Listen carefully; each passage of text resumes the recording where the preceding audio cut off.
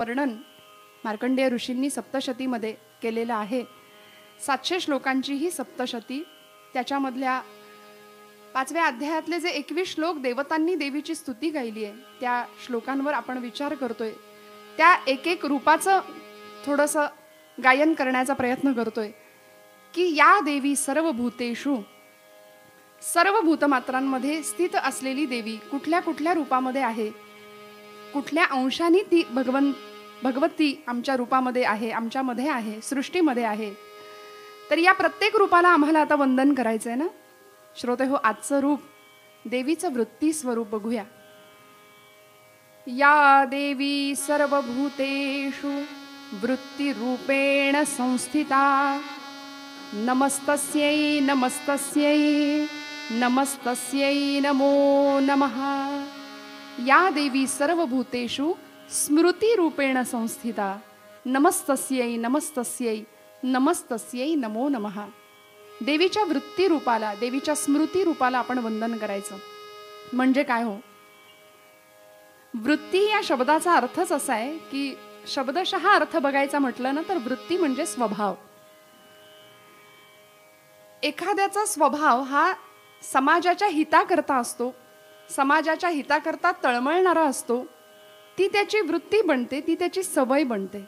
आणि असं म्हणतात, habit is a second nature of A man. माणसाच्या सवयीच माणसाचा स्वभाव बनून जातात. म्हणून बघा ना, लहानपणापासून आई वडील सुद्धा आपल्या बाल्याला, आपल्या बाळाला सांगत राहतात, चांगल्या सवयी ठेव, चांगल्या सवयींचं पालन कर, चांगल्यांच्या संगतीत जा, सुसंगती सदा घडो, सुजन वाक्य कानी पडो. मोरोपंतांच्या केकावल्या आम्ही पाठ करतो अगदी लहानपणापासून.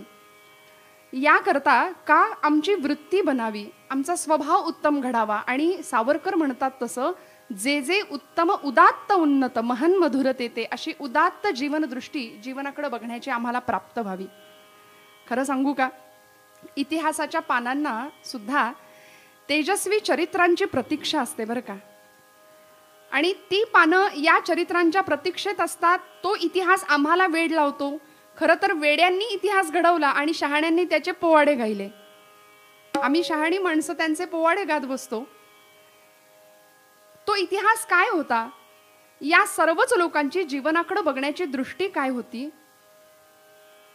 त्यांची वृत्ती कशी होती, समाजाप्रतीची, धर्माप्रतीची, अध्यात्माप्रतीची, देशाप्रतीची, या सगळ्याचा जेव्हा आम्ही विचार करतो ना, तेव्हा अशी अनेक चरित्र आमच्या डोळ्यासमोर येतात. आणि आज भगवतीच्या रूपांचं आम्ही चिंतन करतोय, भगवतीच्या रूपांचं आम्ही चिंतन करतोय, विचार करतोय ना, तर देवीचं वृत्ती स्वरूप, देवीचं स्मृती स्वरूप काय असावं. एखादी व्यक्ती चिरकाल आमच्या स्मरणात राहते का, कारण तिच्या कार्यामुळे, तिच्या जीवन जगण्याच्या पद्धतीमुळे. शिवखेरा नावाचे एक तत्ववेत्ते किंवा लेखक, त्यांचं एक पुस्तक आहे ना, त्यामध्ये त्यांचं प्रसिद्ध वाक्य आहे, यश तुमच्या हातात, मला वाटतं असं त्या पुस्तकाचं नाव आहे. ते म्हणतात, महापुरुष वेगळं काही करत नाहीत, महापुरुष वेगळं काही करत नाही, पण प्रत्येक गोष्ट ते वेगळेपणाने करतात.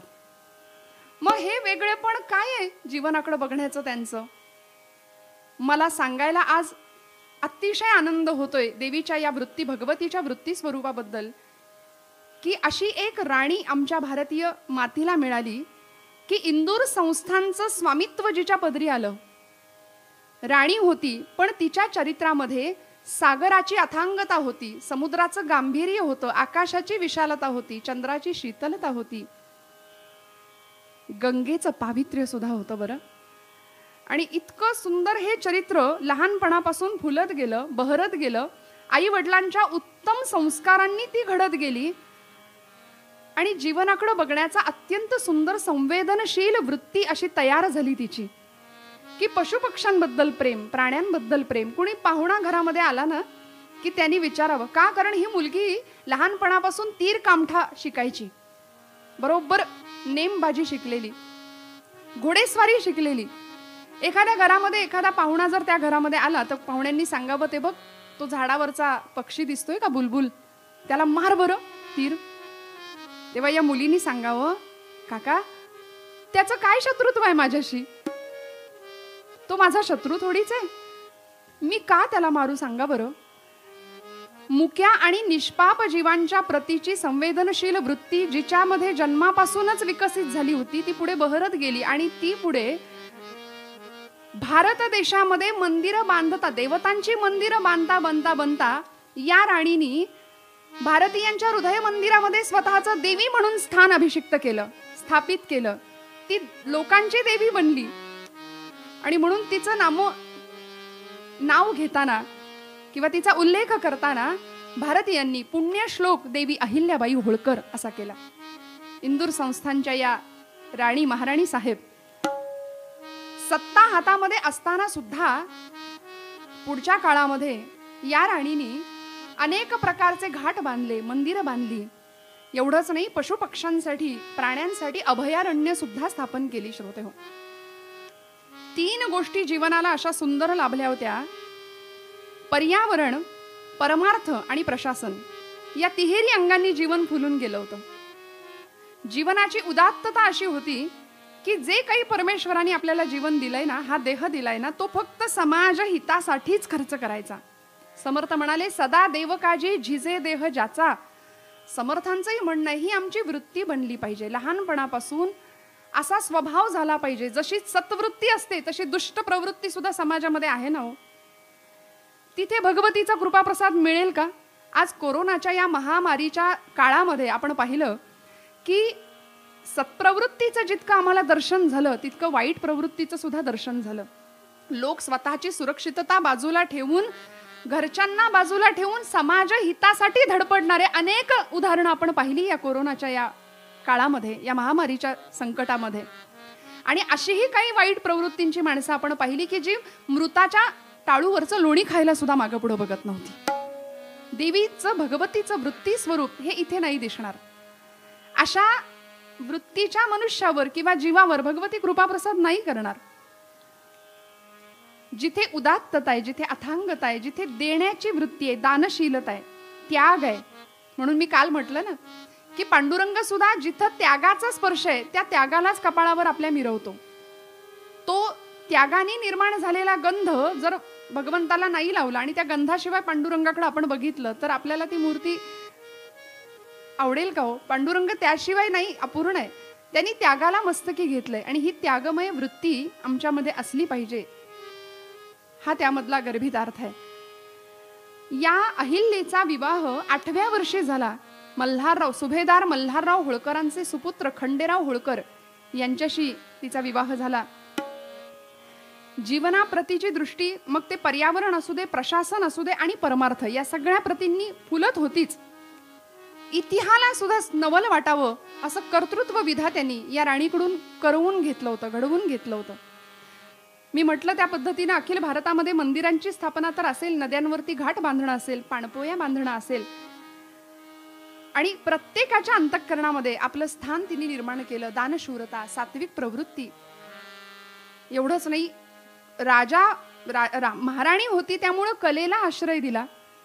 म्हणून आजकालचे आम्ही ज्यांचं नाव घेतो कीर्तनामध्ये, ज्यांच्या आर्येशिवाय आमचं कीर्तन पूर्ण होत नाही असे कविवर्य मोरोपंत, अनंत फंदी नावाचे शाहीर, या सगळ्यांना त्यांनी राजाश्रय द्यावा आणि त्यांची कला माय मराठीसाठी वरदान ठरली.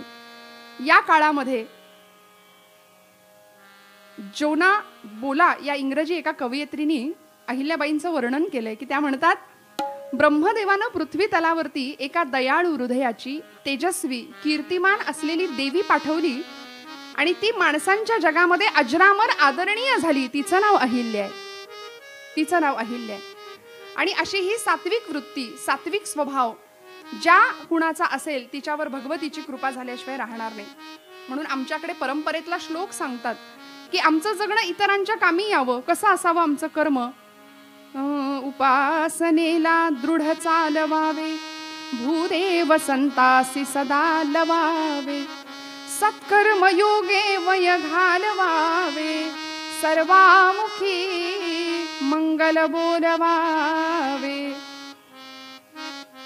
प्रेममय दृष्टी जगाकडे पाहण्याची. समर्थ म्हणतात, जगाचा तो भार आपुल्या शिरावर ऐसे थोडे तर वाटू द्या हो. माझ्या शिरावर माझ्या समाज बांधवांचा काहीतरी बोझा आहे, काहीतरी भार आहे. या जाणीवेनी प्रपंच करणं. आणि तो प्रपंच सुद्धा 4 भिंतींचा नाही. या 4 भिंतींच्या बाहेरचं विश्व आहे, त्या विश्वाशी माझं काहीतरी नातं आहे. या सगळ्या महापुरुषांनी किंवा या सगळ्या स्त्री शक्तींनी हे काम करून दाखवलं, म्हणून आम्ही त्यांना आज स्मरणात ठेवतो.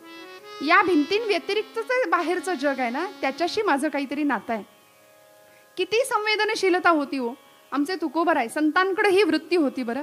म्हणून संत देवांना जवळचे वाटले, देव संतांना जवळचे वाटले. याचं कारण तुकोबराय ज्यावेळी भंडाऱ्याच्या भामनाथाच्या डोंगरावर बसायचे ना, एखाद्या वृक्षाच्या त्या पायथ्याशी असे तळाशी बसायचे आणि नामसाधनामध्ये तल्लीन झालेले तुकोबराय विठ्ठल विठ्ठल विठ्ठल मुखानी नामस्मरण सुरू आहे. आणि एखादी चिमणी जर तुकोबरायांच्या येण्याने त्या फांदीवर बसलेली असेल आणि ती उडून गेली, किती वृत्ती संवेदनशील होती बघा. ती जर चिमणी उडाली ना, तर तुकोबराय तिला म्हणायचे, का ग माझ्या येण्याने तुला त्रास झाला का? माझ्या येण्याने तुला त्रास झाला असेल ना, तर मला असं वाटतं तुझ्यातलं आणि माझ्यातलं आत्मतत्व एकच आहे, तुझ्यातलं आणि माझ्यातलं चैतन्य एकच आहे. तर आता बाई ग, माझी इच्छा अशी आहे की तू माझ्या मांडीवर येऊन बसावस. आणि खरंच काय आनंद होता, काय आनंद होता. वृक्षवल्ली आम्हा सोय रे वनचरे, वृक्षवल्ली आम्हा सोय रे वनचरे, वृक्षवल्ली आम्हा सोय रे वनचरे, वृक्षवल्ली. पक्षी सुस्वरे आळविते, वृक्षवल्ली आम्हा सोय रे वनचरे, वृक्षवल्ली आम्हा सोय रे वनचरे, पक्षी सुस्वरे.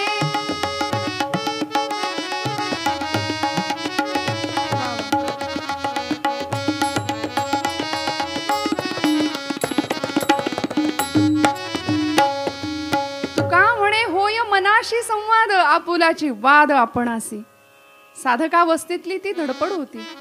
अत्यंत संवेदनशील वृत्ती घेऊन महाराज काळाने समाजाने अनेक प्रकारची संकट उभी केली, पण तरी सुद्धा त्यावर मात करून आपल्या आध्यात्मिक वृत्तीचा बहर फुलवत होते तुकोबराय. साने गुरुजींनी जगाकडे बघण्याची एक नवी दृष्टी आम्हाला दिली. कशा वृत्तीचं आमचं अंतःकरण असलं पाहिजे हेही शिकवलं. भगवतीचं ते वृत्ती स्वरूप तुमच्या माझ्यामध्ये असावं, यासाठी लहानपणापासून आम्ही प्रयत्नशील असणं गरजेचं आहे. म्हणून आमच्या शाळांमध्ये प्रत्येकाने लहानपणापासून जी प्रार्थना गायली आहे की जगाप्रती कसा भाव आमचा असला पाहिजे, कशी वृत्ती आमची समाजाकडे जगाकडे बघण्याची असली पाहिजे. खरा तो काय धर्म आहे हो, खरा धर्म काय आहे? प्रेम भावना मनामध्ये उचंबळून आल्याशिवाय दुसऱ्याच्या हृदयातलं दुःख जाणण्याची संवेदनशीलता आम्हाला प्राप्त नाही होणार. सध्या काय आहे, आधुनिक सुखाच्या साधनांनी माणसाची वखवक वाढवली आहे, पण भक्तीनं आणि अध्यात्मानं माणसाला मिळालेल्या आनंदामध्ये समाधानी आणि तृप्त राहण्याची वृत्ती शिकवली आहे. जीवनामध्ये नसलेला आनंद मिळवायचा कसा आणि असलेला आनंद वाढवायचा कसा हे ज्याला कळलंय ना, तो भक्त आहे. ज्याच्या माध्यमातून कळलंय ते अध्यात्म आहे, ती उपासना आहे. आणि अशी उपासना आम्हाला करताना भगवतीचं स्वरूप आम्हाला डोळ्यासमोर ठेवावं लागेल, तर ती वृत्ती आमची तयार होईल. आम्हाला ती सवय लागून जाईल, आमच्या इंद्रियांना ते वळण पडेल की बाबा असंच जीवन आम्हाला जगायचंय. नाहीतर मग मार्ग भरकटायला वेळ नाही लागत. कसा धर्म असला पाहिजे?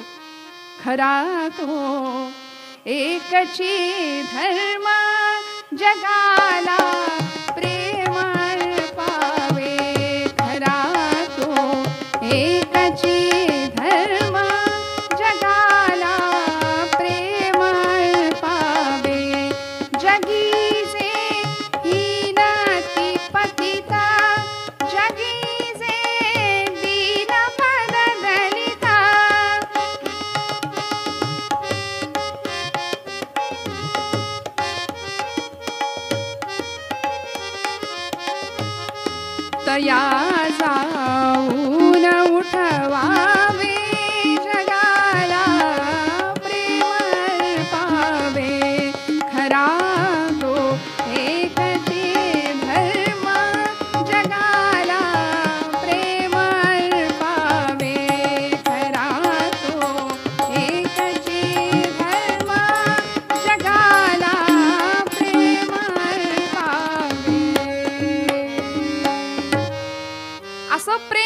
समाजाप्रती, नात्यांप्रती, आमच्या नात्यांप्रती. बरं, आज माणूस घरामध्ये राहायला तयार नाहीये. बरं, घरामध्ये 4 माणसं जरी असली तरी चौघांची तोंड 4 दिशेला आहेत. घरामध्ये लाखो रुपयांचा मोबाईल असेल पण 50 रुपयाचं पुस्तक असेल की नाही अशी खात्री नाहीये. सध्या सगळे लोक व्हॉट्सअपवरती मेसेजवर बोलायला लागलेत. अंतःकरणामधली प्रेमवृत्ती संपली आहे की काय असा प्रश्न पडतो. म्हणजे श्रद्धांजलीला तोच गुच्छ, वाढदिवसाला तोच गुच्छ, ओके बोलण्या इतकं, टाईप करण्या इतकाही वेळ नाही, के लिहितात नुसतं. इतकी परिस्थिती विलक्षण आहे की माणूस माणसापासून इतका दुरावला का? अंतःकरणातली प्रेमवृत्ती संपली. आणि या सगळ्याचं जर समीकरण आमच्या जीवनाला मिळावं असं वाटत असेल ना, हे सगळं आमच्या जीवनामध्ये असावं असं वाटत असेल ना, तर आम्हाला अध्यात्माशिवाय पर्याय नाही. आणि म्हणून आध्यात्मिक वृत्तीची वाढ व्हावी यासाठी प्रत्येकाने प्रयत्न केला पाहिजे. आमचं कसं असतं माहितीये, आज समाजामध्ये अनेक धर्म, अनेक पंथ, अनेक संप्रदाय आहेत. कुणी म्हणतं या बाजूनी भक्ती करा, कुणी म्हणतं असं करा, कुणी म्हणतं तसं करता, कुणी म्हणतं तीर्थयात्रा करता, जपजाप्य करा, दान धर्म करा. जो तो ज्याला त्याला पटेल असं सांगतोय, जो तो ज्याला त्याला झेपेल अशी भक्ती करतोय. पण एवढं करून सुद्धा फळच कोणाला काही मिळेना. आणि आमची सुखासाठी असलेली धडपड आणि ती वखवक थांबेच ना. सुखाभिलाषी असलेला आमचा तो जीव, आम्हाला सुख मिळत नाही आणि वाट्याला दुःखच येते. आणि मग आम्ही काय रे देवा, कसं रे देवा, काय रे केलंस. म्हणून आम्ही सगळं आमच्या नशिबाचं म्हणतो ना, दोष भगवंताला देतो. तर आध्यात्मिक वृत्ती वाढावी याकरता आम्ही काही प्रयत्न करतो का? देवीची उपासना करायची, नवरात्र करायचे. मी जसं म्हटलं तसं आम्ही 9 दिवसाचे 9 रंग आधीच निवडून ठेवलेले असतात. एवढी सगळी तयारी जर आम्ही करतो तर बाबा या दिवशी आज मी देवीच्या या रूपाचा अभ्यास करेन. देवीची ही शक्ती काय आहे, तिचं नाव काय आहे, तिच्या रूपाचा अभ्यास, तिचं चरित्र काय आहे, तिचे गुणानुवाद मी गाईन, त्याचं मी गायन करीन, त्याचं चिंतन करीन. हा विचार आम्ही करतो का हो? आणि आज परिस्थिती अशी आहे की ज्या देवीची आम्ही उपासना करतो त्या देवीची उपासना करणारी एखादी मुलगी ज्यावेळी गरबा खेळते तिच्या कपाळाला कुंकू नाही, हातामध्ये बांगडी नाहीये, कपाळाला कुंकू लाव. हिंदू धर्म संस्कृतीची आम्ही जपणूक करतो ना, कुंकू लाव म्हटलं की राग येतोय अशी परिस्थिती आहे. म्हणजे अगदी केशभूषेपासून ते वेशभूषेपर्यंत सगळंच सांगायची आज परिस्थिती वेळ येऊन ठापलीये. का? कारण मर्यादे पलीकडचं जीवन आम्ही जगतोय. आणि का? याचं कारण आमच्याकडे आध्यात्मिक वृत्तीचा भक्कम असा पाया आम्हाला मिळत नाहीये. तो पाया आमचा भक्कम बांधला जावा, ती वृत्ती आमची विकसित व्हावी याकरता सुरुवात तर केली पाहिजे. संत म्हणतात तुम्ही एक करा, पुढची 2 शून्य भगवंत ती भगवती ठेवायला तयार आहे. तुम्ही सुरुवात तर करा, एक पाऊल चाला. ब्रह्मचैतन्य महाराजांचं वाक्य आहे, तुम्ही माझ्याकडे 2 पावलं, रामाकडे 2 पावलं चालत या, राम तुमच्याकडे 20 पावलं चालत येईल. तुम्ही जर चाललाच नाही तर तो म्हणेल तू राहा तुझ्या जागी, मी राहतो माझ्या जागी. आमचं असं आहे की आरंभ शूरहा या न्यायाने आम्ही चालतो. कुणी आम्हाला एखादा मंत्र दिला, उपासना दिली तर आम्ही सुरुवात करतो, पण ती आमची सवय, तो आमचा स्वभाव आणि ती आमची वृत्ती व्हायला वेळच देत नाही. ती सवय व्हावी याकरता सुरुवात तर करावी लागेल. बरं, आम्ही सुरुवात करतो, जपाची माळ हातामध्ये घेतो, नवीन आसन दिलं, नवीन आसनावर बसलो, छान सुरुवात झाली, हातामध्ये माळ घेतली, 108 मण्यांची माळ. सुरुवातीचे 4 दिवस छान गेले, जप उत्तम झाला आणि 4 दिवसानंतर मनात विचार आला, आज बसूनच कशाला करायला पाहिजे, उभ्यानी करूया. सवयीमध्ये आणि त्या उपासनेच्या सातत्यामध्ये खंड पडला, सातत्य तुटलं. वृत्ती बनायला वेळ द्यावा लागेल. सातत्य संपलं, खंडित झालं. मग 4 दिवसांनी विचार केला, उभ्यानीच कशाला करायला पाहिजे, इकडे तिकडे फिरता फिरता, अहो येता जाता उठता बसता संतांनी सांगूनच ठेवलंय, चालेल म्हणाले नाम घेतलं तरी. मग इकडे तिकडे फिरत फिरत नाम घ्यायला लागला. काही 4 दिवस गेले, म्हणाला माळच कशाला हातात ठेवली पाहिजे, मनाची माळ, चालेल श्वासाला नाम घेऊया, ठेवली माळ बाजूला, संपलं. उपासनेतलं सातत्य संपलं. ती वृत्ती बनायला वेळच नाही दिला, ती सवय संपून गेली. इंद्रियांना वळण लागलं पाहिजे, ते लागलंच नाही. आणि परिणाम असा झाला की एक दिवस जपही विसरून गेला. का? कारण आम्ही इतके आसक्त आहोत, आम्ही अनुरक्त आहोत. कशामध्ये? विषयांमध्ये. माझे गुरु आदरणीय नारायणबुवा काणे यांचं फार सुंदर पद आहे की आम्हाला थोडंसं आत्मनिरीक्षण करावं लागेल, की आमची वृत्ती अंतर्भिमुख करावी लागेल आणि स्वतःचंच परीक्षण करावं लागेल की मी कोण आहे, माझी आज परिस्थिती काय आहे, मी कशामध्ये नेमकं लक्ष देतोय. एखाद्या त्या मृगजळाप्रमाणे, त्या हरणाप्रमाणे कस्तुरीच्या शोधात असलेलं ते मृग जसं धावत राहतं नानोमाळ, तशी आमची अवस्था झाली आहे. या सगळ्या भवसागरामध्ये आम्ही असेच धावत सुटलोय. सात तू आसक्त तू अनुरक्त तू विषयात तू सक्त तू आसक्त तू अनुरक्त तू विषयात तू.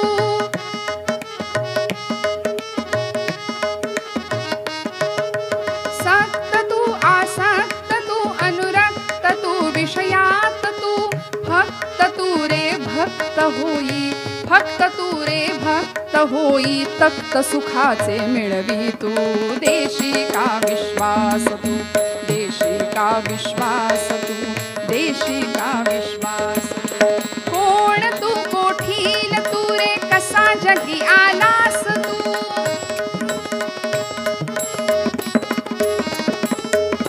कोण तू कोठील तू रे कसा जगी आलास तू.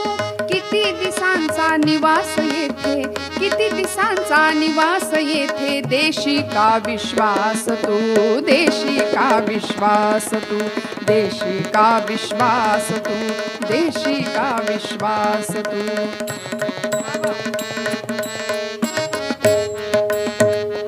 किती धावशी उपास पोटी मृगापरी त्या तृषार्थ तू. किती धावसी उपास पोटी मृगापरी त्या तृषार्थ तू. आशा तृष्णा कधी न सरल्या, आशा तृष्णा कधी न सरल्या. काय तुझा रे हे तू. देशी का विश्वास तू, देशी का विश्वास तू, देशी का विश्वास तू, देशी का विश्वास तू, देशी का विश्वास तू.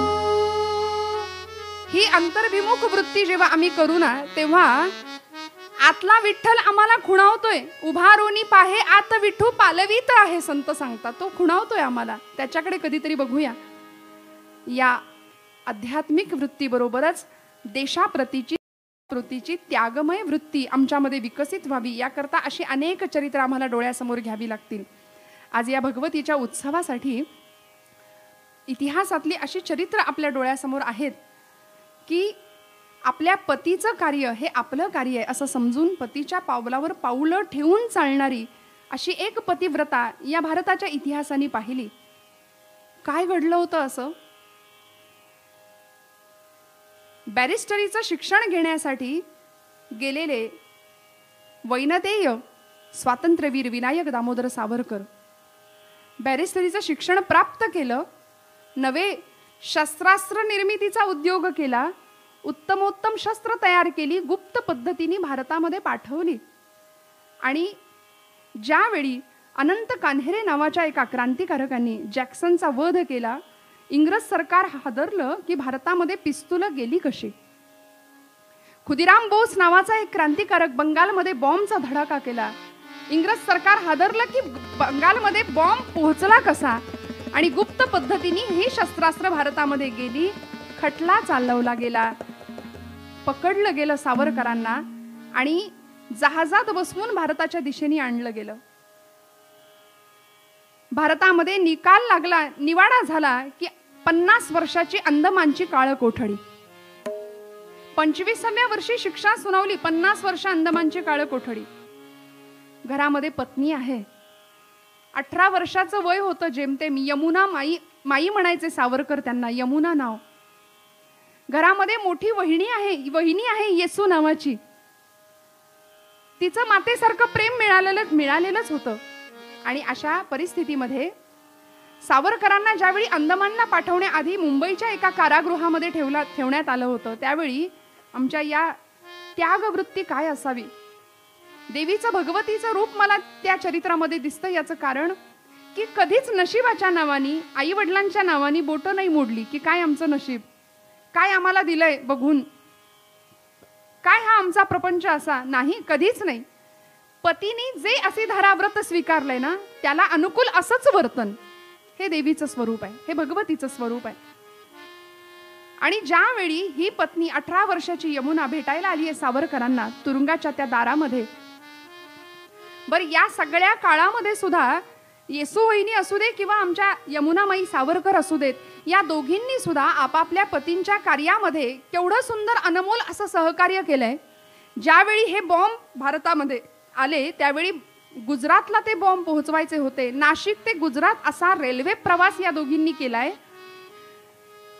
केवढा मोठा स्वार्थत्याग होता या प्रवासामध्ये. ते बॉम्ब नेले कसे तर पोटाला कपड्यांच्या साह्याने तो बॉम्ब बांधलेला आहे. मानवी ह्युमन बॉम्ब ज्याला म्हणतात, जिवंत असा पोटाला बांधलाय आणि जेणेकरून आपण गर्भवती आहोत, आपल्याला दिवस गेलेत असं भासवून नाशिक ते गुजरात हा रेल्वेचा प्रवास या दोघींनी केलाय. किती मोठं धैर्य लागत असेल या सगळ्या कामांसाठी. पण ठरलेलं होतं, वृत्ती पक्की झालेली होती की सगळं काही देशासाठी आहे, आपल्या पतीच्या कार्यासाठी आहे. आणि ज्यावेळी सावरकरांवरती खटला चालवला ना त्यावेळी या घरादारावर जप्ती आणली होती. सगळं घर निकालात काढलं, जमीन निकालात काढली, जप्ती आणली, बँक खाती होती ती सील केली, घर सील केलं. या दोघींना स्वतःच्या माहेरी जावं लागलं. येसू वहिनी आणि यमुना माई या दोघींनाही आपापल्या माहेरी जावं लागलं. आणि माईंनी आठवण लिहून ठेवली आहे स्वतःची की आम्ही दोघी सुद्धा माहेरी गेलो पण घराच्या उंबरठ्यात नाही. 5 ते 6 वर्ष गायी गुरांच्या गोठ्यात आम्हाला आयुष्य कंठावं लागलं. का? कारण इंग्रज गाढवावरनं नांगर फिरवतील जर घरात या लोकांनी घेतलं तर. गायी गुरांच्या गोठ्यामध्ये बसून तिथे घरच्यांनी आणून ओंजळीनी भात वाढायचा, तिथे जमीन स्वच्छ करायची, जमिनीवर तो भात वाढायचा आणि गायी गुरांच्या सहवासात राहून आम्ही तिथे 6 वर्ष जेवलो, तिथे राहिलो. माईंची ही आठवण आहे. आणि असा त्यागमय वृत्तीचा आविष्कार भगवतीचा आमच्या यमुना माई ज्यावेळी सावरकरांना भेटायला गेल्या त्या कारागृहामध्ये, त्यावेळी असा तुरुंगाच्या त्या सळीमधून सावरकर, आपला पती आपल्या समोर उभा आहे. सावरकरांना पाहिल्याबरोबर डोळ्यातनं टचकन पाणी आलं, पण पुसलं पाणी. काय असावी वृत्ती बघा. सावरकरांनी सांगितलं होतं जीवनाचा उदात्त दृष्टिकोन, तो स्वीकारला आणि सावरकरांकडे बघितलं, डोळ्यातलं पाणी दिसूनही दिलं आपल्या पतीला. आणि सावरकर हसत हसत त्या साखळ्यांचा आवाज झाला, वाज वाज शृंखले काढिनाद मंजुळे, टाकीतो तुझ्या लयीत मंद मंद पाऊले. वाज वाज शृंखले, वाज वाज शृंखले, वाज वाज शृंखले, वाज वाज शृंखले.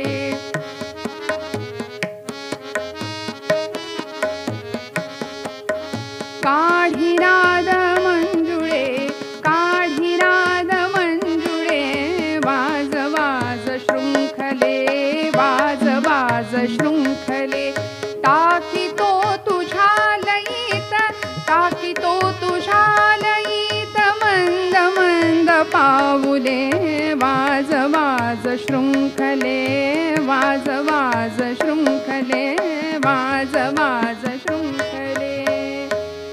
साखळदंडांचा तो साखळदंडांनी जखडलेला लोखंडी पिंजऱ्यातला आपला पती समोर पाहिला आणि यमुना माईंनी पाहिलं. सावरकर हसत हसत तिला विचारतायत, ओळखलं नाहीस ना ग मला या वेशामध्ये? ओळखलं नाहीस ना? आपला पती बॅरिस्टरीचा झगा पांघरून येईल विलायतेहून, पैसा मिळवू, थाटात संसार करू असा विचार तू केला असशील. पण अगं माझी मातृभूमी भारत माता पारतंत्र्यात पिचतेय, लाखो संसार उद्ध्वस्त होत आहेत आणि ते संसार सावरण्यासाठी माझी चूल बोळकी फोडून हा राष्ट्राचा संसार करावा असा विचार मी केला. रागावलीस का ग माई? या जन्मातच मी तुम्हाला इतका त्रास दिलाय तर दरवर्षी वटपौर्णिमेला जन्मोजन्मी हाच पती मिळावा असं तुम्ही म्हणावं तरी कसं? माईंना सांगावं सावरकरांनी की काट्या कुट्या जमवायच्या, घरटी बांधायची, त्या घरट्यांमध्ये पिलांची वीड वाढवायची. याला जर संसार किंवा प्रपंच असं नाव असेल ना तर असा संसार चिमण्या कावळे सगळेच करतात. माई, मला माझ्या देशाचा प्रपंच करता आला यात धन्यता माना. पण या प्रसंगात सुद्धा त्या त्यागमयी वृत्तीच्या देवीने काय करावं? सावरकरांकडे पाहिलं आणि सांगितलं की मी नाही रडत आहे, मी अजिबात रडणार नाही. सावरकर म्हणतात की या जन्मात मी तुला एवढा त्रास दिलाय की जन्मोजन्मी हाच पती मिळावा असं तू कसं मागशील ग? त्यावेळी माईंनी करावं काय? खाली वाकल्या, खाली झुकल्या, तुरुंगाच्या सळीतून आत हात घातला, सावरकरांच्या पायाला स्पर्श केला आणि सावरकर म्हणाले, माई काय करता? त्यावेळी त्या सांगतात की स्वतःच्या प्रपंचाची राख रांगोळी करून देशाचा प्रपंच करणारा पती पुरुषोत्तम मला भगवंतांनी या जन्मात दिला ना, जन्मोजन्मी हाच पती मिळावा, बस एवढी भगवतीकडे प्रार्थना करते. पाय बघून ठेवते, पुढच्या जन्मात चुकायला नको म्हणून नमस्कार करते. पाय बघून ठेवते, पुढच्या जन्मात चुकायला नकोत. एवढा त्याग देशासाठी, आपल्या पती कार्यासाठी. कधीच स्वतःचा विचार नाही, स्वतःचा स्वार्थ नाही. 6 महिन्याचं लेकरू होतं मांडीवरती प्रभाकर नावाचं, पण कधीच स्वतःच्या नशिबाच्या नावाने बोट मोडली नाहीत, खडे फोडले नाहीत. केवढा त्याग. मला असं वाटतं भगवतीची ही वृत्ती, ही त्यागमयी वृत्ती तिच्यामध्ये आम्हाला दिसतेय. माई सावरकरांना या प्रसंगामध्ये सांगितलं होतं की मी एक मंत्र तुम्हाला सांगते, तो मंत्र तेवढा म्हणा. कृष्णाय वासुदेवाय हरये परमात्मने प्रणतः क्लेशनाशाय गोविंदाय नमो नमः. एक मंत्र तेवढा म्हणा. अंदमानमध्ये तुम्हाला किती शिक्षा होईल, काय हाल भोगावे लागतील याची मला कल्पना नाही, पण मी सांगते तेवढा मंत्र म्हणा. प्रणतः क्लेशनाशाय गोविंदाय नमो नमः. सावरकर हसले आणि तिला म्हणाले की माई, मी हा मंत्र म्हणेन, अंदमानमध्ये मला या मंत्र म्हणण्याने काही शिक्षा कमी होणार आहे की नाही मला माहिती नाही, पण हे म्हणण्यामुळे जर तुला बरं वाटणार असेल तर मी हा मंत्र नक्की म्हणतो.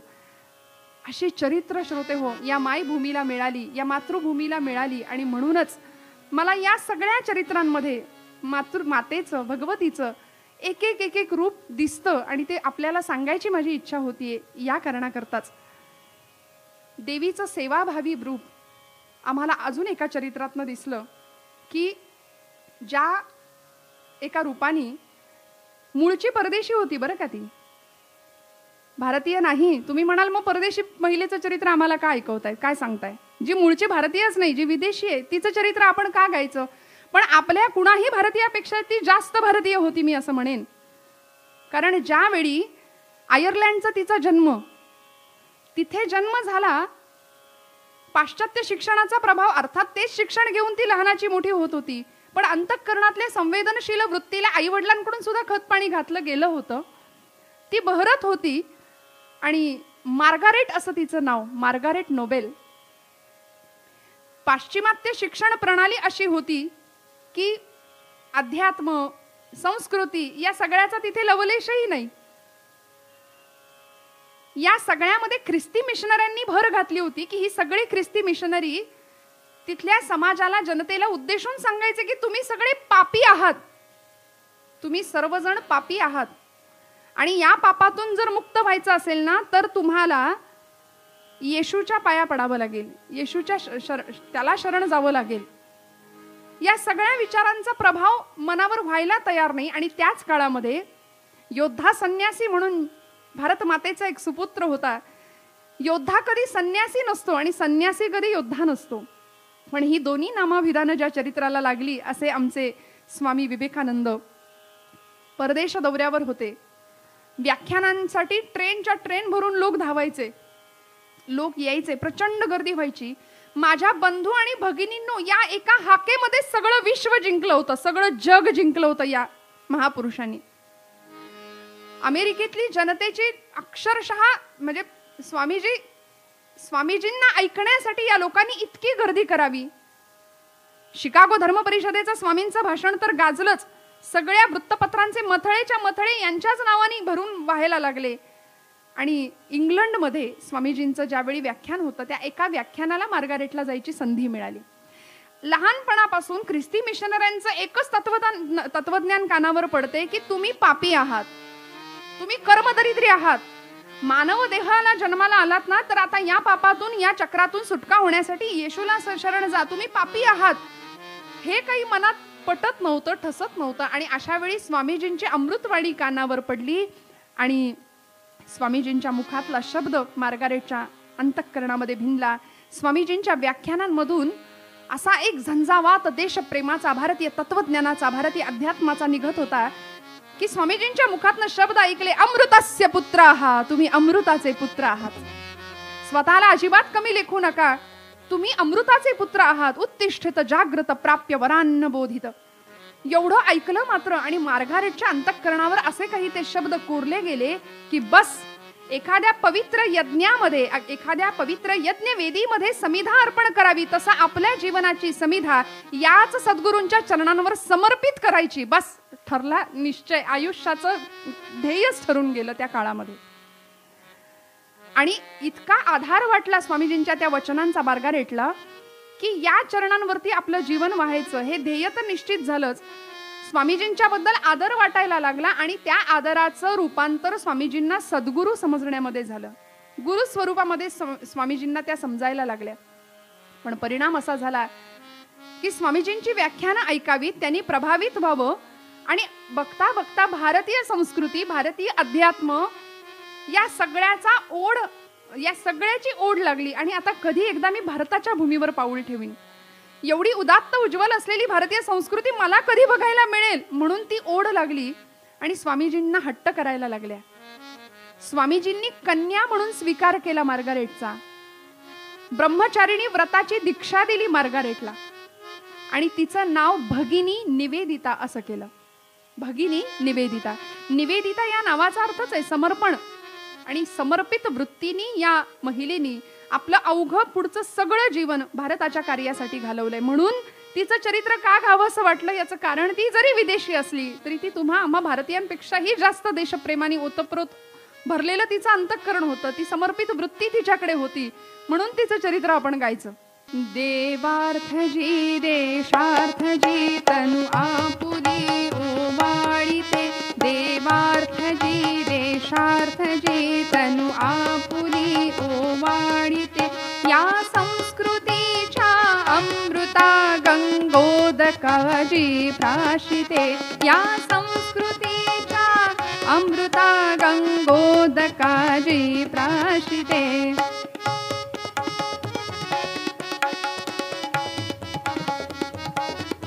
नवचेतना नवचेतना शक्ती नवी जी लोकमानसी सिंचिते, नवचेतना शक्ती नवी जी लोकमानसी सिंचिते, नवजात ऐसी कालिका हो देवते सुनिवेदिते, नवजात ऐसी कालिका देवते सुनिवेदिते, देवार्थ जी देशार्थ जी तनु आपुली ओवाळीते, देवार्थ जी देशार्थ जी तनु आपुली ओवाळीते, या संस्कृतीच्या अमृता गंगोदकाजी प्राशिते, या संस्कृतीच्या अमृता गंगोदकाजी प्राशिते, या संस्कृतीच्या अमृता गंगोदकाजी प्राशिते. 1898 साली भारताच्या भूमीवर निवेदितांनी पहिलं पाऊल ठेवलं. शुभ्र वस्त्र परिधान केलेल्या आणि हातामध्ये एक जपमाळ, असं जणू काही एखाद्या ऋषिकालीन तपस्विनीचं रूप भासावं असं ते भगवतीचं वृत्ती रूप होतं. श्रोते हो, निवेदितांनी भारतामध्ये आल्यानंतर सुद्धा भारतीयांच्या, जसं स्वामीजींचं सूत्र होतं ना, आत्मनो मोक्षर्थम पण जगदहितायच, शिवभावे जीव सेवा, प्रत्येक जीवामध्ये शिवाचा अंश आहे असं समजून प्रत्येक जीवाची तन मन धनानी सेवा करण्याचं असे धारा व्रत भगिनी निवेदितांनी अंगीकारलं होतं. गुरुदेवांच्या कार्यामध्ये त्यांच्या पावलावर पावलं ठेवून चालण्याचं व्रत. आणि एखाद्या पाश्चात्य स्त्रीला लहानपणापासून जिच्यावर पाश्चात्य संस्कार आहेत तिला भारतीय संस्कार, रीती, व्रतवैकल्य हे सगळं स्वीकारणं किती अवघड गेलं असेल याची फक्त आपण कल्पना करू शकतो. एक प्रसंग आहे चरित्रामध्ये की भगिनी निवेदितांना स्वामीजींनी ब्रह्मचारिणी व्रताची ज्यावेळी दीक्षा दिली त्यानंतर कडकडीत उपवास करायचे, व्रतवैकल्य करायची हा आदेश मिळाल्यानंतर एका उपवास प्रसंगी भगिनी निवेदितांनी दिवसभर अन्न पाणी वर्ज केलं होतं, ग्रहण नाही केलं. आणि या प्रसंगामध्ये संध्याकाळी आता फक्त चुलीवर मडकं ठेवलं, भात ठेवला आणि आता तो शिजला घेणार पानामध्ये वाढून. एवढ्यात कुणात करवी तरी स्वामीजींचा निरोप आला की आता उपवास अजून 2 दिवस पुढे चालू ठेवायचे. गुरु शिष्याला कशा पद्धतीने तावून सुलाखून, जसं अग्नीतून भट्टीतून सोनं चकाकतं झळाळून त्या पद्धतीने हे चरित्र घडत होतं. आणि अशा पद्धतीने हिने आपलं ब्रह्मचारिणी व्रताची दीक्षा स्वामीजींकडून घेतली. ते व्रत पूर्ण केलं. स्वामीजी अमेरिका, इंग्लंड या परदेशांमध्ये आपले दौरे करतच होते. व्याख्यानांसाठी अखंड भारतीय संस्कृतीच्या ध्वजाची, धर्माची, अध्यात्माची ध्वजा सगळीकडे फडकावत होते. अभिमानाने हिंदू तत्वज्ञान सगळ्या जगाला समजावून सांगत होते. पण यावेळी मात्र 39 वर्षाचं आयुष्य फक्त स्वामीजींना लाभलं. देह शिणला, मन ताजं होतं. बरं, मनाची शक्ती कायम होती, पण देह शक्ती क्षीण झाली. आणि त्यामुळे 4 जुलै 1902 रोजी कलकत्त्याला गंगेच्या काठी स्वामीजींना आपलं अवतार कार्य संपवावं लागलं. स्वामीजींच्या देहाची चिता रचली गेली. आणि श्रोते हो, जसं एखाद्या घरातल्या ज्येष्ठ पुत्रांनी वडिलांच्या चितेला अग्नी द्यायचा असतो ना, तसं स्वामीजींच्या चितेला अग्नी देण्याचं काम आमच्या त्यांच्या मानस कन्येनी म्हणजे भगिनी निवेदितांनी केलंय. पहिला अग्नी तिने दिला आणि मग बाकीच्या संन्याशांनी, बाकीच्या शिष्यांनी स्वामीजींच्या चितेला अग्नी दिला. स्वामीजींची चिता धडाडत होती. आपल्या गुरूंच्या पावलावर पाऊल ठेवून गुरु निष्ठा इतकी विलक्षण होती. रामकृष्ण परमहंसांच्या भावधारेमध्ये स्वतःला पूर्णपणे अर्पण केलेले स्वामी विवेकानंद जीवनही तसंच जगले. आणि या आपल्या गुरूंचा आदर्श समोर ठेवलेली ही भगिनी निवेदिता स्वामीजींच्या त्या जळणाऱ्या चितेकडे पाहतीये. हात जोडले, दूरवर जाऊन उभी राहिली एका झाडाखाली आणि नमस्कार करून देवी भगवतीची आराधना केली. रामकृष्णांच्या त्या काली मातेच्या, त्या दक्षिणेश्वरच्या कालीची आराधना केली, नामस्मरण केलं आणि सांगितलं, हे आई, हे जगदंबे, माझ्या गुरूंच्या पावलावर पावलं ठेवून मी इथे आले. निष्ठेने त्यांची सेवा केली, त्यांच्या आज्ञेचं पालन केलं. बस त्याग वृत्ती आणि वैराग्य वृत्तीचं धगधगत प्रतीक असलेली ती त्यांच्या अंगावरची भगवी वस्त्र मला कायम आकर्षित करत राहिली. आणि या भगव्या वस्त्रांची आज त्यांच्या चितेबरोबर राख होणार आहे. याचं वाईट वाटतंय. या भगव्या वस्त्रातली एक जरी चिंधुली जरी मला मिळाली, एक चिंधी जरी मला मिळाली ना, तरी ती मी जपून ठेवीन, माझ्या बरोबर कायम ठेवीन. तिच्याकडे बघून माझ्या जीवनाची प्रेरणा मी पुढची स्वीकारेन. आणि या पद्धतीने एवढं मनात आलं, भगवतीला ती प्रार्थना केली मात्र. आणि त्या क्षणाला काय आश्चर्य श्रोते हो, भगवंत असतो ना पाठीराखा. स्वामीजींची धडधडणारी चिता, त्या चितेतून अग्नीचे लोळ उठत होते आणि वाऱ्याच्या दिशेने त्या चितेतून स्वामीजींच्या भगव्या वस्त्रातली एक चिंधी उडाली आणि थेट भगिनी निवेदितांच्या हातावर येऊन पडली. ती चिंधी जवळ केली निवेदितांनी आणि बस म्हणाल्या, हा तुमचा प्रसाद आहे गुरुदेव, या प्रसादाला जवळ ठेवीन आणि आयुष्यभर आपण सांगितलेल्या मार्गाने अनुसरण करत जाईन. यानंतर स्वामीजींच्या निर्वाणानंतर सुद्धा भगिनी निवेदितांनी कितीतरी काळ भारतामधलं सेवेचं काम कायम चालू ठेवलंय. अनेकांसाठी अनाथालय चालवली. एवढंच नाही, रामकृष्ण मिशनच्या संघाची स्थापना झालेलीच होती, त्या संघाचं काम करावं. विवेकानंद केंद्राची स्थापना यानंतर स्वामीजींच्या जाण्यानंतर झाली. त्याही कार्यामध्ये आपला मोलाचा वाटा. नवे एखाद्या झंझावाताप्रमाणे पूर्ण आसेतू हिमाचल भगिनी निवेदिता प्रवास करत होत्या, फिरत होत्या, करत होत्या. हिंदू लोकांना हिंदू धर्मतत्वज्ञान एक पाश्चात्य स्त्री सांगत होती. काय नवल होतं बघा, काय नवल होतं. आणि अशा या भगिनी निवेदितांचं सेवा कार्य सांगताना त्या काळातले एक इतिहास तज्ञ होते, यदुनाथ सरकार त्यांचं नाव, यदुनाथ सरकार. त्यांनी आपली आठवण लिहून ठेवली आहे की कलकत्त्यातल्या बागबाजार या प्रांतामध्ये मी फिरत असताना तिथे एक दलित वस्ती होती. दारिद्र्य जिथं ओसंडून वाहत होतं अशी एक वस्ती होती. आणि त्या वस्तीमध्ये मी सहज फिरत होतो तर एक गोरी महिला मला पाठमोरी दिसली. तिच्या हातामध्ये बादली होती आणि दुसऱ्या हातामध्ये झाडू होता. सेवा कार्य, त्याग वृत्ती म्हणजे किती असावी याचं विलक्षण अद्भुत चरित्र आहे हे. लोकोत्तर महापुरुष, या लोकोत्तर स्त्रिया काय होत्या याचं दर्शन आम्हाला या निमित्ताने घ्यायला मिळतं श्रोते हो.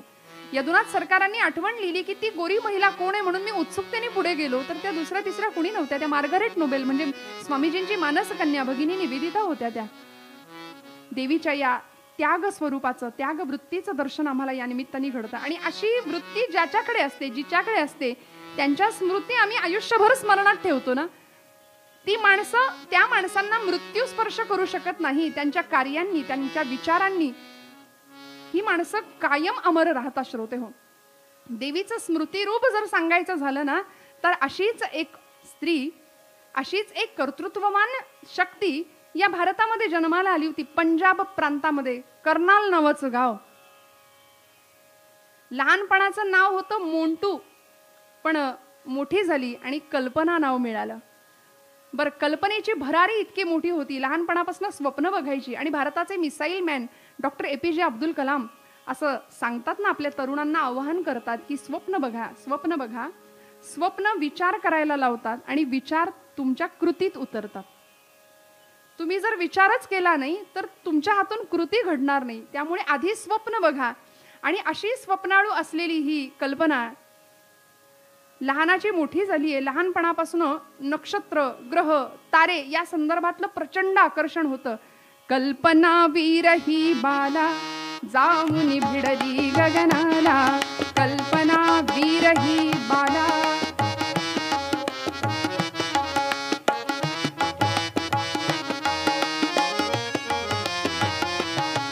कल्पना वीर ही बाला जाऊन भिडली, मोजित ग्रह नक्षत्राला चमकते तारे प्रियती जला.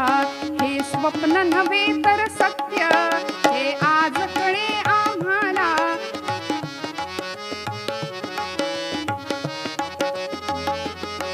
नक्षत्रांचे हे लेणे, हे भारत भूचे लेणे, अजरामर तिचे जिणे. आदर्श हाची आम्हाला, अभिमान तिचा देशाला. आदर्श हाची आम्हाला, अभिमान तिचा देशाला. आदर्श हाची आम्हाला, अभिमान तिचा देशाला.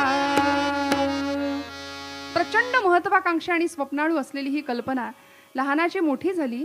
आणि ज्या गोष्टीचं लहानपणापासून आकर्षण होतं तीच गोष्ट शिकण्याचा अट्टाहास तिने ठेवला. आणि एरोनॉटिकल इंजिनिअरिंग या क्षेत्रामध्ये प्रवेश करून त्याच्यामध्येच मोठी डिग्री प्राप्त केली, PhD प्राप्त केली. आणि अमेरिकेच्या नासा केंद्रामध्ये, नासा सेंटरला ती सेवेसाठी रुजू सुद्धा झाली. कोलंबिया नावाचं जे यान 2003 साली सोडलं गेलं अवकाशाच्या दिशेने, त्या यानामध्ये ही कल्पना होती. आणि आपल्या सगळ्यांना तो इतिहास माहिती आहे श्रोते हो. 1 फेब्रुवारी 2003चा तो दिवस, संध्याकाळची वेळ होती. बातम्या सगळ्यांच्या घरामध्ये सुरू होत्या. आम्ही सगळ्यांनी तो क्षण अनुभवलाय, पाहिलाय की एक जळती रेषा अशी आकाशातून खाली येताना लोकांनी पाहिली. ठिणग्या उडत होत्या त्या आगीच्या. आणि खालची त्या बातमीची पट्टी अशी खाली सरकत होती की कल्पना चावलाचा दुर्दैवी अंत, कोलंबिया यान खाली कोसळलेलं आहे.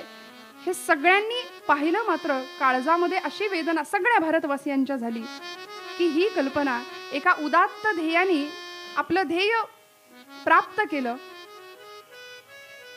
आपल्या आवडत्या विषयाचं कार्यक्षेत्र तिने काबीज केलं, ते प्राप्त केलं, ते मिळवलं.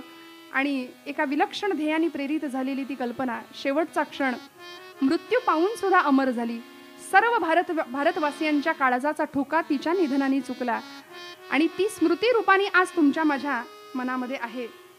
म्हणजे पहिली गोष्ट भारतीय होती, दुसरी गोष्ट स्त्री होती. परंपरा, रूढी या सगळ्यांची बंधनं तिलाही होती. पण या सगळ्यावर मात करत करत करत आज भारतीयांच्या हृदय सिंहासनावर अधिराज्य गाजवण्याचं चरित्र तिला प्राप्त झालं. विधात्याने तिच्याकडून ते करवून घेतलं. भगवतीचं हे स्मृती रूप आहे. आज तुमच्या माझ्या मनामध्ये ती स्मृती रूपाने अजरामर आहे. ती मृत्यू होऊन सुद्धा तुमच्या माझ्या मनामध्ये जिवंत आहे. याचं कारण या भगवतीच्या स्वरूपांचं आम्ही अशा पद्धतीने ज्यावेळी चिंतन करतो ना, त्यावेळी आम्हाला आमच्या जगण्याचं सार कळतं की भगवंतानी आम्हालाही नरदेह दिला, दुर्लभात दुर्लभ असलेला तो नरदेह, की ज्या देहाचं सार्थक सच्चिदानंद अवस्था पदवी प्राप्त करण्या इतकं आहे. अध्यात्मशास्त्रातलं सच्चिद आनंद स्वरूप असलेलं ते परब्रह्म प्राप्त करता येतं या नरदेहाच्या साहाय्याने. या नरदेहीचे ज्ञाने सच्चिदानंद पदवी घेणे एवढा अधिकार नारायणे कृपावलोकने दिधला. दुर्लभम त्रयमे वैत आचार्य म्हणाले. त्रैलोक्यामध्ये दुर्लभ असलेल्या ज्या 3 गोष्टी आहेत त्यातली एक गोष्ट म्हणजे मनुष्य देह आहे. आणि तो आम्हाला प्राप्त झाला ना.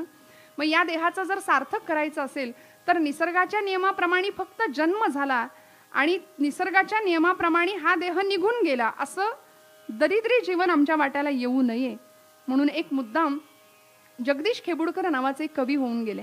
त्यांची एक कविता आहे. तेवढी गाते आणि मी विषयाच्या समारोपाकडे जाते की आमची वृत्ती अशी बनली पाहिजे की आमचं जीवन समाजाच्या, देशाच्या, राष्ट्राच्या हितासाठी, कल्याणासाठी गेलं पाहिजे. आपल्याला माहिती आहे ना, भारतीय संस्कृतीची ही उदात्तता आहे की घरातली स्त्री सौभाग्यवती, लक्ष्मी, गृहलक्ष्मी ज्यावेळी तुळशीला पाणी घालते रोज, आणि ते पाणी घालत असताना फक्त तुळशीला पाणी घालून माघारी फिरत नाही, ती आजूबाजूच्या रोपट्यांवर पण शिंपडते. तसं तुमचा माझा प्रपंच नेटका करायचाच आहे, कारण फाटका तुटका प्रपंच संतांनाही मान्य नाही. संतांनी आम्हाला उदात्तता शिकवली जीवनाची. मग असा उत्तम नेटका प्रपंच करून आमच्या जगण्यातले काही क्षण आम्ही इतरांसाठी देऊ शकतो का, याचा विचार प्रत्येकाकडून केला जावा. नाहीतर मग काय होईल माहितीये, हातात जीवन मिळालंय आणि त्या जीवनाचा पुढे पश्चाताप झाल्याशिवाय राहणार नाही. खेबुडकरांची आत्मा म्हणतो नावाची एक कविता आहे. आता जे न देखे रवी ते देखे कवी, कवी कल्पना आहे, त्यामुळे कवींची कल्पना काय असू शकते हे आपण नाही सांगू शकत. कवितेचं शीर्षक आहे आत्मा म्हणतो. कल्पना अशी आहे की एक गृहस्थ आयुष्यभर जीवन जगला, कुठलं कर्तृत्व नाही हातातून. माणसं म्हणतात ठेविले अनंते तैसेची राहावे. अहो, तुकोबरायांनी जरी असं सांगितलं असलं तरी संतांनी काही कर्तृत्ववाद नाकारला नाहीये. काही करू नका असं नाही म्हणाले संत. आमचं कर्तृत्व असलंच पाहिजे. त्यामुळे तो गृहस्थ जीवन जगला, कुणाच्या घेण्यात नाही, कुणाच्या देण्यात नाही, ना देवाचा, ना देशाचा, ना संस्कृतीचा, ना समाजाचा विचार केला, आणि निसर्गाच्या नियमाप्रमाणे जन्म झाला, तसा निसर्गाच्या नियमाप्रमाणे ह्या शरीराची झीज होऊन मृत्यू सुद्धा झाला. खेबुडकर असं कल्पना करतात की तो आत्मा, त्याचा जो आत्मा, तो अंतराळातून आपल्या शरीरावर होणारे संस्कार पाहतोय, आणि तो आत्मा काय म्हणत असेल, त्याला काय पश्चाताप होतोय, त्याचं वर्णन खेबुडकरांनी केलंय. आता खेबुडकरांची कविता आणि ही जर चाल आपण ऐकली तर आपल्याला असं वाटेल की ही चित्रपटातली चाल आहे की काय. पण खरं सांगू का, ही चाल नंतर चित्रपटाकडे गेली, पण खेबुडकरांनी या कवितेसाठी खरं या चालीची निवड केलेली होती.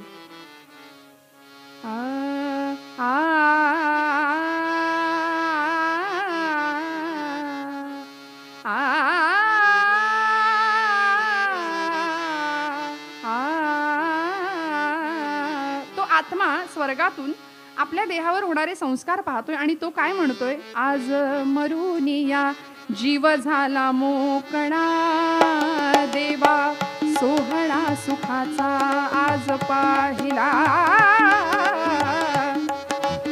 काय आनंद आहे बघा. आत्मा म्हणतो. आता ही चाल ऐकल्यावर तुम्हाला कदाचित ते गाणं आठवेल, पण आठवू नका कृपया, शब्द हेच ऐका. ही चाल तिकडे घेतली बरं नंतर चित्रपटामध्ये, पण ही चाल खेबुडकरांची तोडी रागामध्ये याच गाण्यासाठी आणि याच कवितेसाठी केली आहे. जीवनाची वृत्ती अशी आमच्या घडली पाहिजे की नंतर पश्चातापाची पाळी नाही आली पाहिजे, तेव्हा भगवतीची कृपा आमच्यावर होईल. आज मरुनिया जीव झाला मोकळा, देवा सोहळा सुखाचा आज पाहिला. जन्मभरी नाही केली दसरा दिवाळी, दसरा दिवाळी. जन्मभरी नाही केली दसरा दिवाळी, दसरा दिवाळी. तेल पाणी नव्हतं माझ्या कधीही कपाळी. मी असं आयुष्य जगलो, शीर्यते यत् शरीरम, या न्यायाने शरीराची झीज झाली, पण माझं जगणं इतरांच्या कामीच नाही आलं. मी काहीच नाही करू शकलो जगासाठी, म्हणून पश्चाताप होतोय. दरिद्री अवस्थेमध्ये माझं आयुष्य, कर्म दरिद्री अवस्थेमध्ये आज मी मरणाला सामोरा गेलो. तेल पाणी नव्हतं माझ्या कधीही कपाळी, कधीही कपाळी. आज नाशिवंत देह न्हाऊ घातला, देवा सोहळा सुखाचा आज पाहिला. आणि मग नाशिवंत देहाला न्हाऊ घालताना तो आत्मा पाहतोय की मी आजवर काहीच नाही केलं. जन्मभरी होतो नंगा लखतरात लाज, लखतरात लाज, लखतरात लाज. परी तो दळिंद्र्याचा साज, दळिंद्र्याचा साज. आज नव्या कापडानं देह झाकला, देवा सोहळा सुखाचा. असं म्हणतात लाख कमाओ हीरा चांदी सोना मोती, लेकिन कफन को कभी जेब नहीं होती. कशासाठी एवढा हव्यास आम्ही करतो? जाताना काहीच नेता येत नाही, तर आमची वृत्ती उदात्त का होऊ शकत नाही? संवेदनशील का होऊ शकत नाही? प्रेममयी, दयाशील, धर्मशील, दानशील असं वृत्ती आमच्या अंतःकरणाची का नाही बनू शकत? जीवनभर माझं माझं मी मी करत करत शेवटी ते कफन, त्या कफन त्याला काही खिसा नाही ना, जाताना काही घेऊन जातातही येणार नाही. असं म्हणतात, येशी उघडा जाशी उघडा, ही परिस्थिती आहे. काय उदात्त आणि काय सुंदर विचार आहे बघा संस्कृतीचा. ज्यावेळी आपल्याकडे विवाह बंधनामध्ये बांधले जातात ना दोन जीव, त्यावेळी विवाहाच्या आधी आपल्याकडे कपड्यांची खरेदी होते ना, बस्ता बांधणं त्याला आपण म्हणतो. आणि त्यावेळी अनेक भरजरी सगळे पोशाख तयार केले जातात. त्या दुकानामध्ये गठ्ठा बांधला जातो आणि ते वरचं जे कापड असतं ते पांढरं असतं. कितीही म्हणाले रंगीत वसन घाला, पण जीर्ण शालती उरे शेवटी लेणे वार्धक्याचे. अशा सगळ्या जीवनाचा वास्तव विचार आम्हाला करावा लागेल. आणि भगवंतांनी दिलेला नरदेह, भगवंतांनी दिलेलं आयुष्य, जीवन हे उत्तम उदात्त प्रफुल्लित कसं असेल, भगवंताच्याच कार्यासाठी, देवाच्याच कार्यासाठी, देशाच्याच कार्यासाठी कसं वाहिलं जाईल, ही अंतःकरणाची वृत्ती घडवणं हे आमच्या हातात आहे. आणि ते भगवतीच्या आशीर्वादाशिवाय होणार नाही, देवीच्या आशीर्वादाशिवाय ते होणार नाही. यासाठी नवरात्र आहे आणि यासाठी देवीची उपासना आहे, यासाठी भगवती उपासना आहे. काय झालं बघा, सगळ्या साधू संतांनी सांगितलं बाबा रे नाम घे, भगवंताची उपासना कर, पण मी केली नाही. जन्मभरी नाही केला नामाचा विचार, नामाचा विचार, नाम जप नाही केला कधी जन्मभर, कधी जन्मभर. आज नाम गजरात देह चालला, देवा सोहळा सुखाचा आज पाहिला.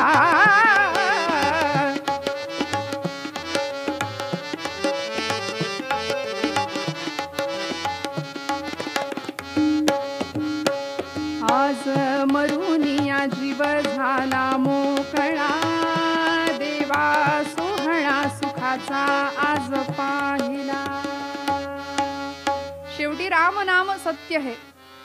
जीवनामध्ये मी जसं काल सांगितलं ना, ब्रह्म सत्यं जगन मिथ्या. सत्य काय आहे तर सत्य तू, सत्य तू, सत्य तू विठ्ठला. बस जीवनाचं सगळं समग्र दर्शन आम्हाला यातून घडतं की आमच्या जीवनाला दयाशीलतेची, धर्मशीलतेची